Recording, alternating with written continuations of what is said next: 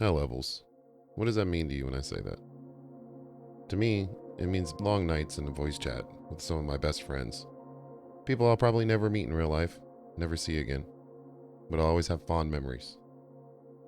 Hi, I'm Fanironic. Today we're doing another episode of Game Dev Bites. I'd like for you guys to sit in and let's talk a little bit about this subject, hell levels. We'll go over the design, the history, and what makes this a unique thing in MMOs. If you've played MMOs for any length of time, especially the classics, you've probably heard the term hell levels. Maybe even lived through one. The levels that just take forever. Where did hell levels come from? How did they shape MMO history? Why do developers keep coming back to this idea? Even in modern throwback titles like Monsters and Memories. So our journey starts back in 1999 with the launch of EverQuest. Back then, leveling wasn't just slow, it was brutal. Some levels were worse than others. Level 30, 35, 40, 45, those were infamous. And then came the real killer, 51 through 59, with level 59 staying out as worst of them all. This wasn't random. The game used something called a hell multiplier. Classic EverQuest's math included a hidden level-based factor commonly called hell level multiplier. This made specific levels require far more XP than the ones around them. I was able to source this in the Project 1999's mechanics page and some official patch notes recognizing it. These levels became a rite of passage, and players commonly gathered in groups, playing inside of dungeons and other group areas. This is part of why I believe it's the secret sauce of what kept EverQuest alive for so long and why such strong bonds have been built inside of MMOs. Over time, hell levels became part of MMO cultures. Players began using the term for any sudden grind wall, even in games that didn't have the same mechanic. It became shorthand for any time a player felt like the pacing of a game was boring or slow or just tedious. I think that's short-sighted though. I believe these levels created a plateau that gathered players around and forced them to work together to just defeat the obvious of getting past this level.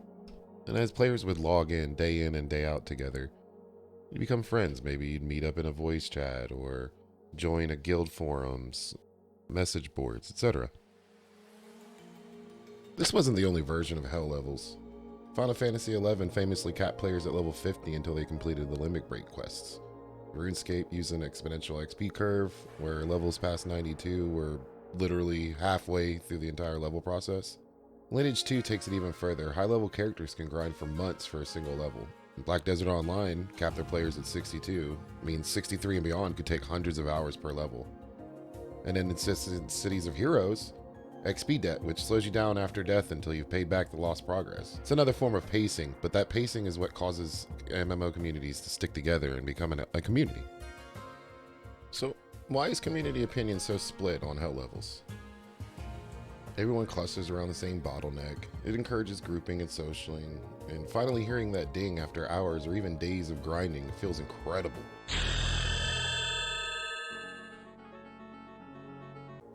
But others see them as a wall. Early hell levels can crush new players' motivation. Dying during one can set you back hours, and worst of all, they often come with no reward hook. You get no new abilities, no class milestone, just a number ticking up slower than before. Again, hell levels don't just affect one person, it affects the game world as a whole. Hell levels create sort of a plateau where players generally group together. And then while you're there, you meet this ranger named El Rohanar. Well, you talk to this guy, you make friends with him, you quest for day in and day out. Well, next thing you know, you meet the guy in real life. You become good friends, you guys end up being roommates, and then you're dungeon delving for the next 15 years together. I was reading the patch notes for Monsters and Memories, and I noticed that they actually are highlighting their hell levels. I think this is great. I think we could actually take that one step further. I'd like to share my own take on why I think hell levels might actually be the secret sauce to player retention in MMOs. If we're going with a deliberate design choice of having hell levels, we should tie that in to the epics. Making the assumption that Monsters and Memory is going to have epic quests similar to EverQuest, we can tie those into the hell levels. Each hell level can have a coinciding stage of the epic quest line. Once the player completes one of these epic quests, we can reward the player by reducing the experience cost by 50% for the rest of the level. This would reward players for exploring, completing quests, grouping together, and just for generally playing the game, stepping outside the box of sitting in a group and grinding the same monsters over and over. Each hell level would begin a new chapter of your epic quest chain. Completing that chapter grant you a huge XP boost. This makes hell levels feel like milestones rather than roadblocks. Players who engage with the world, explore, and complete quests would naturally overcome them faster. This system preserves the social and pacing benefits of hell levels, but solves many of the big complaints. No more feeling stuck with no reward, and encourages players to engage with the game's deeper content. Let's take the barbarian named Bob. Bob the Barbarian, he's on his epic quest. His epic quest is to go to this dungeon, find this large giant, and slay him. And bring back the giant's head, right? So this means Bob needs to go find friends. Bob finds friends, Bob makes way into dungeon, Bob and friends fail many times attempting, but eventually they succeed. Bob comes out with the giant's head, Bob goes off to turn it into the NPC, Bob gets his new title, Hill Slayer. Now that Bob has his new title, his friends reach out to him and they are asked, hey, will you help me with my epic? So then Bob proceeds to help his friends with their epic, and so on and so forth in a nice, beautiful circle. And that's where the secret lies. The shared adversity. This shared adversity that all players had to go through is what creates camaraderie. And this camaraderie is what creates community. And community is what creates a lasting MMO. So, what design lessons can be taken here?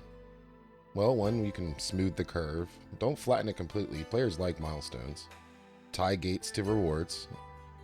Encourage social play. Reward and risk. It's a game designer's challenge to create a universe in which players can play in that is both challenging and rewarding. And I think this is a great step to do that. Hell levels started as a math quirk, but they became mythic. Done right, they create powerful memories, encouraging grouping, and keep players engaged. Done wrong, they frustrate and drive players away.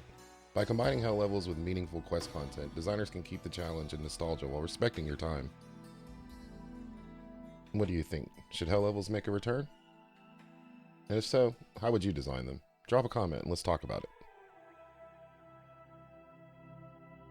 I want to thank the guys over at Monsters and Memories for allowing me to use their music in our YouTube videos. That's pretty cool of them. You guys should totally go check out their next playtest. If you're looking for that old school vibe, the, classic MMO experience, they've definitely got what you're looking for. Hope to see you guys over there, and thank you for watching.